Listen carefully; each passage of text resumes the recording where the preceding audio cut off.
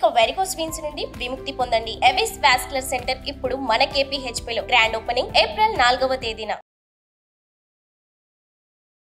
Hi hello నమస్తే, welcome to Suman TV. ప్రస్తుతం మనతో ఉన్నారు బ్యాంకింగ్ రంగ నిపుణులు రామ్మోహన్ నమిలే గారు. వారితో మాట్లాడదాం. నమస్తే సార్. నమస్తే అమ్మా. సార్, పోస్ట్ ఆఫీస్ స్కీమ్స్ అయితే కొన్ని ఉన్నాయి. మరి పోస్ట్ ఆఫీస్ స్కీమ్స్ ద్వారా కూడా మంచి రాబడి పొందొచ్చు అని కూడా చెప్తున్నారు. దాని గురించి మా వ్యూవర్స్ కి కొంచెం క్లియర్ గా సార్. ఒక పాయింట్ ఏమంటే, ఇవన్నీ మనకి వెస్టర్న్ కంట్రీస్ నుంచి వచ్చిన విషయాలు. బ్యాంకులు కానీ, పోస్ట్ ఆఫీస్ కానీ, స్టాక్ ఇన్వెస్ట్మెంట్, షేర్ మార్కెట్ కానీ మన పద్ధతిలో మన దగ్గర కూడా ఉన్నాయి. పాత రోజుల్లో హుండీ అని, షావుకార్ అని, బయానా అని, ఆంక్లా అని కొన్ని పదాలు ఇప్పుడు ఈ తరం వాళ్ళకి తెలియకపోవచ్చు.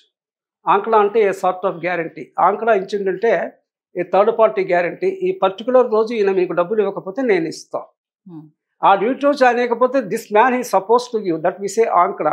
ఈ రోజుల్లో మనం వాటి విసే bill of exchange, drawer names ఇవి చేంజ్ చేస్తున్నాయి. అయితే పోస్ట్ ఆఫీస్ వ్యవస్థ బ్యాంకింగ్ వ్యవస్థ కన్నా ప్రపంచవ్యాప్తంగా పోస్ట్ ఆఫీసులు వచ్చిన తర్వాతనే బ్యాంకింగ్ వచ్చింది. అందుకే మనం POSB అంటాము. POSB అంటే post office savings bank deposits. ఆ తర్వాత అదే పేరు బ్యాంకుల్లో they observed it, savings bank deposit అనేసి. రెండవది, ఇవన్నీ స్మాల్ సేవింగ్స్. పోస్ట్ ఆఫీస్లో పెట్టేవి స్మాల్ సేవింగ్స్. పోస్ట్ ఆఫీస్కి బ్యాంక్కి కొంత తేడా ఉంది. బ్యాంక్స్ ఫంక్షనింగ్ అంటే కొన్ని కామన్గా ఉన్నా కూడా కొంతవరకు టోటలీ డిఫరెంట్. కమర్షియల్ లోన్స్ ఇస్తాయి banks, post office not in to that. Small savings కోసము దాని మీద ఒక చట్టం కూడా ఉంది, చిన్న మొత్తాల పొదుపు, దీని మీద నేషనల్ సేవింగ్స్ సర్టిఫికెట్స్ అని, ఇలాంటివన్నీ పోస్ట్ ఆఫీస్ ఇస్తుంది. Along with postal services. ఇప్పుడు ఈ కొత్తగా కొరియర్స్ ఇవన్నీ సర్వీసెస్ వచ్చిన తర్వాత కొంచెం వెనక్కి తగ్గిన post office, but still post office వాళ్ళది ఒక బ్యాంక్ కూడా ఉంది, పోస్టల్ బ్యాంక్. ఈ మధ్యలో 2 కొత్త రకమైన బ్యాంకులు వచ్చినాయి. మామూలు రెగ్యులర్ బ్యాంక్స్ కాకుండా విసే పేమెంట్ బ్యాంక్స్ అని, స్మాల్ ఫైనాన్స్ బ్యాంక్స్ అని. పేమెంట్ బ్యాంక్స్ ఇంకా చాలా చిన్నవి, they only accept deposit, they don't lend. Small finance banks they lend, but they have certain limitations. ఇవి 2 కొత్త రకమైన బ్యాంకులు. ఇది పక్కన పెడితే పోస్ట్ ఆఫీసులో నేను చాలా షార్ట్ ఫామ్స్ యూస్ చేస్తుంటాను. DROP, drop of water, drop of blood దాంట్లో. కానీ నేను దాని షార్ట్ ఫామ్ కింద యూస్ చేస్తున్నాను.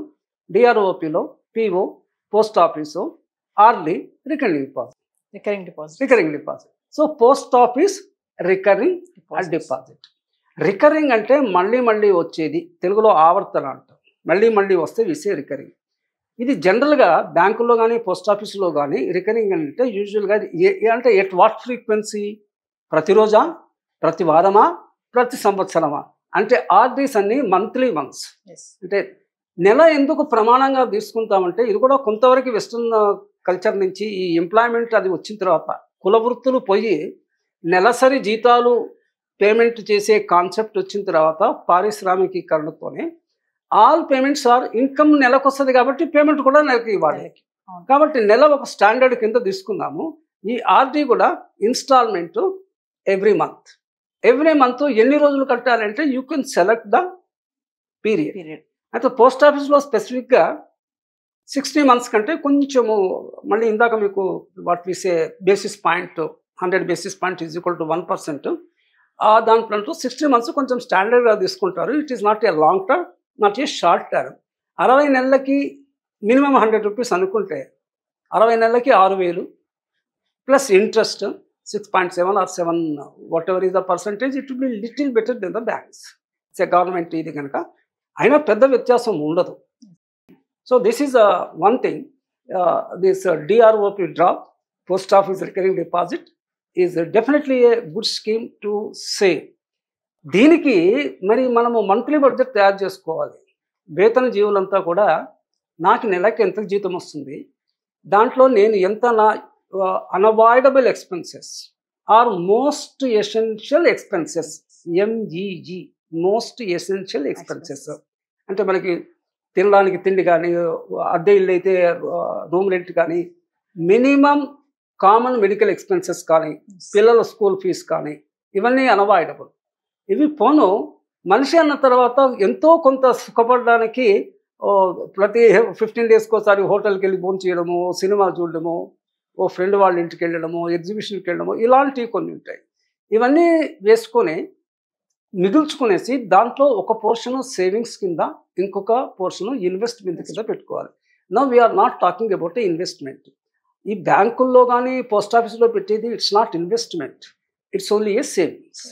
ఇన్వెస్ట్మెంట్ అంటే you get much more income than what you get from the savings, that is investment. Investment పక్కన పెడితే మనము ఈ సేవింగ్స్లో post office RD is definitely a good income, good source of deposit scheme. And you get అంటే 5 ఏళ్ల తర్వాత మీకు వస్తే ఆ సైజబుల్ అమౌంట్ని మీదైనా యూ హ్యావ్ 2 ఆప్షన్స్. మీకు మళ్ళీ ఏం పని లేకపోతే you can convert it into fixed deposit and again start a new recurring deposit, that is one thing. లేదా ఆ టైంకి మీద ఏదైనా ఖర్చు అంటే మీనింగ్ఫుల్ ఎక్స్పెండిచర్, పిల్లల ఎడ్యుకేషన్కో దానికో దీనికో అంటే that also you can use it. Sir post of schemes కి ఇంట్రెస్ట్ రేట్స్ ఎలా ఉంటాయి sir compare to bank schemes కి? ఇవన్నీ గవర్నమెంట్ డైరెక్టెడ్ ఇవి.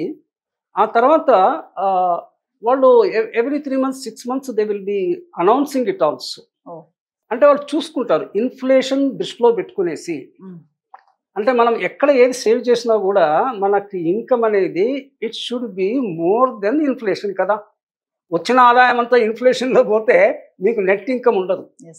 అంటే అంత సీరియస్గా దాని మీద ఫోకస్ చేసి ఆలోచించే వాళ్ళు ఉండొచ్చు, ఉండకపోవచ్చు. కానీ ఇప్పుడున్న పరిస్థితుల్లో ఎనీవే 6 to 9% మధ్యలో ఉంటుంది.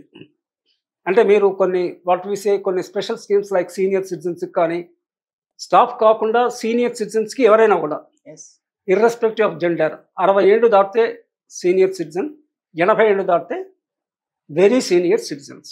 ఇది మన ఇండియాలో కాన్సెప్ట్. ఏ రేట్ అయితే రూల్ చేస్తుందో ఆర్ డిక్లేర్ చేయబడిందో దట్ విల్ బి గివ్. అంటే సార్ ఎంత డిపాజిట్ చేస్తే మనకి ఎంత మెచ్యూరిటీ వస్తుంది అంటే ఏం చెప్తారు సార్? మనం అది క్యాల్కులేట్ చేసుకోవచ్చు. మనకేంటంటే మనం ఒక చిన్నప్పటి అర్థమెటిక్ తీసుకుంటే మనకి 2 ఉన్నాయి, simple interest, compound interest. Number 1 post ఆఫీస్లో కానీ బ్యాంకులో కానీ యూజువల్గా క్వార్టర్కి ఇంట్రెస్ట్ అంటే ఎవ్రీ 3 నెలలకు వస్తారు. బ్యాంకులో అయితే ఖచ్చితంగా అదే పద్ధతి. కొన్ని చోట్లలో 6 నెలలకు ఒకసారి ఇస్తారు. అంటే either quarterly compounded or half yearly compounded. బ్యాంకుల్లో ఇట్ ఈస్ 100% క్వార్టర్లీయే. పోస్ట్ ఆఫీస్లో సమ్ టైమ్స్ అదర్ స్కీమ్స్లో other than post office, other than banks, either post office or any other institution, sometimes it could be half yearly compounding. మనకు ఈ మధ్యన మనకి ఈ మొబైల్స్లో కూడా బోల్డ్ క్యాలిక్యులేటర్స్ ఉన్నాయి. మనం క్యాలిక్యులేట్ చేసుకోవచ్చు. అంటే సేవ్ చేసేవాడు హీ కెన్ క్యాలిక్యులేట్ 100 రూపాయలను ప్రమాణంగా తీసుకునేసి ఆర్డీ మీద కానీ ఫిక్స్డ్ డిపాజిట్ మీద కానీ మనం ఏ పీరియడ్కి ఎంత పెడుతున్నాము, what is the rate of interest వాళ్ళు ఇస్తున్నారని పరిగణలోకి తీసుకుంటే we can arrive at the maturity rate. So that's not a very big thing. ఇంకోటి ఇక్కడ I want to add one thing. కొన్ని వ్యాపారాలు అనే డైలీ బేసిస్ జరుగుతుంటాయి. ఫర్ ఎగ్జాంపుల్ చిట్ ఫండ్ ఉంది. చిట్లో కూడా నెలకోసారి కట్టాలి. కానీ banks are not into chit fund business. Even post offices are also not into chit fund. అంటే నా వ్యక్తిగత ఆలోచనలో banks also can run chits. Register of chits అనేసి ప్రత్యేకంగా ప్రతి స్టేట్కు ఉంటారు. వాళ్ళ పర్మిషన్ తీసుకొని బ్యాంక్స్ కూడా రన్ చేయొచ్చు. But RBI also should permit. అంటే కొన్ని వాటికి డ్యూయల్ కంట్రోల్ ఉంటుంది. చిట్స్ అంతా controlled by register of chits on one side, and banks కనుక చిట్ బిజినెస్ చేయాలంటే ఇంతవరకు చేయలేదు. బ్యాంక్స్ ఎప్పుడు చిట్ ఫండ్ బిజినెస్లో లేరు. కానీ ఎవరైనా ఆర్బీఐకి అప్లై చేసుకుంటే RBI has to take a policy decision, విధాన నిర్ణయం.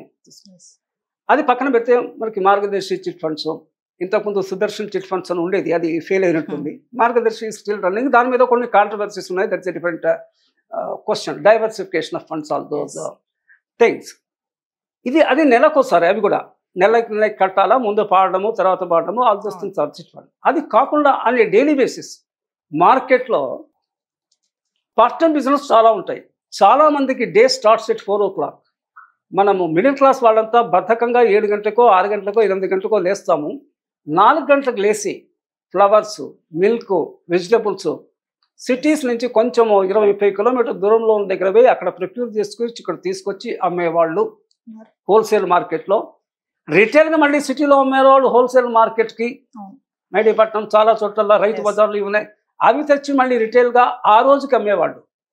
అంటే మార్నింగ్ కనుక వాళ్ళు తెస్తే వెజిటేబుల్స్ ఇవన్నీ newspaper these are all the things. అయితే న్యూస్ పేపర్ సంగతి వేరు, కానీ పాలు కూరగాయలు తెచ్చి అమ్మాలంటే వాళ్ళకి ఇనీషియల్గా ఓ పెట్టుబడి ఓ 10,000 రూపాయలు కావాలి. సుమారుగా చెప్తున్నాను నేను, 10-20 వాళ్ళ సైజుని బట్టి 50,000 వరకు. మళ్ళీ వాళ్ళకి మధ్యాహ్నం కల్లా they will get back that amount. Daily బేసిస్లో లెండ్ చేసే వాళ్ళు కూడా అనార్గనైజ్ సెక్టర్లో బోల్డ్ మంది ఉన్నారు. నేను I'm just trying to draw a contrast between the monthly RD schemes and అనే డైలీ బేసిస్. డైలీ బేసిస్ కూడా ఉంది. అంటే అక్కడ ఇచ్చేవాళ్ళు ఉన్నారు, తీసుకునే వాళ్ళు ఉన్నారు. And they get a lot of money. దీన్నే టెక్నికల్గా మనీ మార్కెట్ అంటాం. బ్యాంకింగ్ సిస్టంలోకి దాంట్లోకి వెళ్తే మనీ మార్కెట్ క్యాపిటల్ మార్కెట్ అని with respect to finance and మార్కెట్లో. క్యాపిటల్ మార్కెట్ అంటే షేర్ మార్కెట్ లాంగ్ టర్మ్. ఈ మనీ మార్కెట్ అంటే ఇంట్రాడే అంటే ప్రొద్దునిస్తే సాయంకాలం లోపల ఇచ్చేయాలి, అంటే విత్ ఇన్ ద డే అనేసి. ఇంటర్ డే ఈ రోజు ఇస్తే రేపు. ఈ రకంగా up to 1 year it's a money market. 1 year దాటితే it's a capital market. So there is a day wise lending. అంటే మీరు బ్యాంకుకు పోస్ట్ ఆఫీసుకు లేకుండా నమ్మకమైన వాళ్ళకి, మీ ఇంట్లో పనిచేసే వాళ్ళకి, కూరగాయల బిజినెస్కి you can encourage people. This is a bit what we say parallel economy is a different word. కానీ ఫార్మల్ సిస్టమ్కి వేడి నీళ్ళకి చల్లిన మాదిరి ఇన్ఫార్మల్కి కూడా వీ కెన్ హెల్ప్ పీపుల్. మన దగ్గర డబ్బులు ఉంటే వీ కెన్ గివ్ దెమ్, ఎంతో కొంత వీ కెన్ టేక్ ఇంట్రెస్ట్. కానీ ఎగ్జార్బిటెంట్గా తీసుకుంటారు, వాళ్ళ గురించి నేను మాట్లాడట్లేదు. But moneyed people can always help the people, those who are in need of money for a productive purpose at a reasonable, affordable rate of interest for them. Thank you, sir. Namaste. Suman టీవీలో మీ personal and business promotions కోసం కింది నెంబర్కి contact చేయండి.